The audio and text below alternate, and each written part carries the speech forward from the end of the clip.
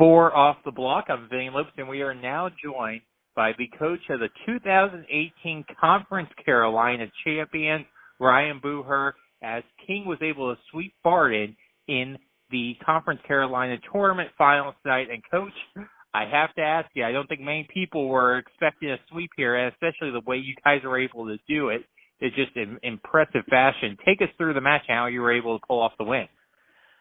Yeah, I'm still reflecting back on it a little bit right now. It was amazing. We just came out of the gates just hot. And I mean, we literally played probably the best match we've played all year, and from start to finish, and just never let them have any momentum and energy. We had alumni here, we had parents. It was just phenomenal, and it just made our guys just rose to the occasion. I'm so proud of them. Yeah. And Coach, watching the match online, it seemed like your serving was really able to get Barden out of the system. What was your game plan serving entering this match? You know, we wanted to be aggressive, but we wanted to make them also beat us with their I felt like our defense has been playing really well and our block's really solid. And so we were trying to, let a couple of guys just really go after them, and the others, place their serves and still be aggressive but place it. So we knew if we got them out of system, we could focus our block on that one or two hitters. Right. And with that being said, Sprayberry, obviously, with that great serve, he gets a lot of attention. But who do you think besides Sprayberry did a really good job serving tonight? Drucker has a great serve as well. And then I thought our two middles, Adrian and John, really spotted their floaters and took them out of system and did a great job with that. And actually, Sean Lumen, I mean, his top spin was just causing them so many problems tonight. I actually thought overall as a team we served really well. Well, Coach, you brought up one of the players I want to ask you about, and that's John Whedon. Not only was he big offensively tonight, but defensively, 7 blocks. Can you just talk about his play and what he's meant to you guys this year at the net? The last 2 nights especially, his block, he has been pressing really well, taking the court away, and he's a valuable member. I mean, he brings so much just confidence. And he's a big. I can't talk much more. I thought he took a lot of their momentum away with some big blocks tonight at key points. Yeah. And Coach, I want to ask you, especially the last 2 seasons, but looking back, in 2016, obviously you guys went 8-24. Almost missed the postseason. What was the biggest difference from then until to now, where you guys were conference champions? That year was like just one of those years where we lost probably, I think, 9 or 10 matches in 5 sets. And, we were really young at the time when we learned, and we actually had a middle playing, Adrian Besson playing outside.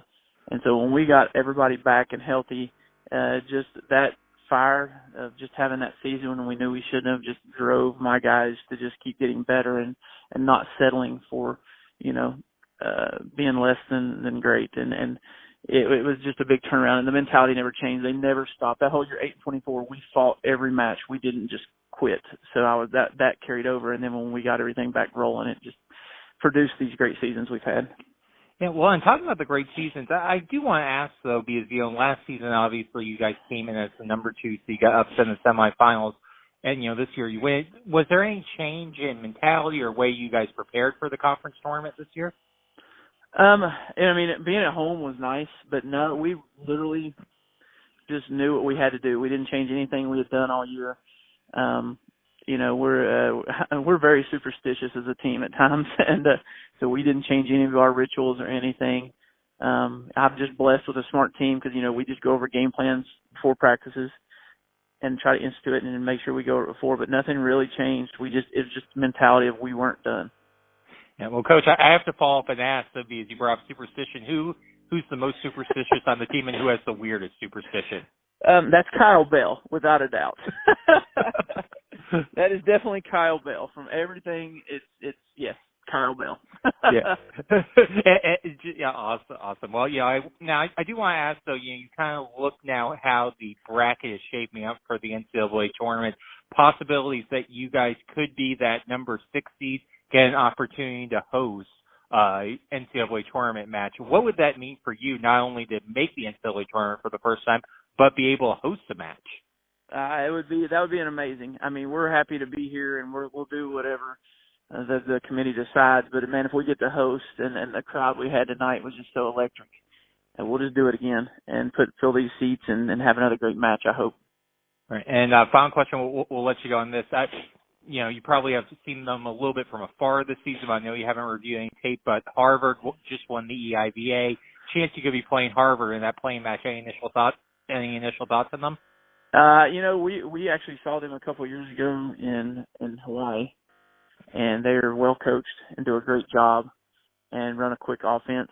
And it's going to be a tough match. I mean, we're at the point where anybody's a tough match, and we just got to go in and play our game. I mean, I'm sure they're going to play us well, and they're going to scout us. But I honestly have to go do a lot of film work over the next few days.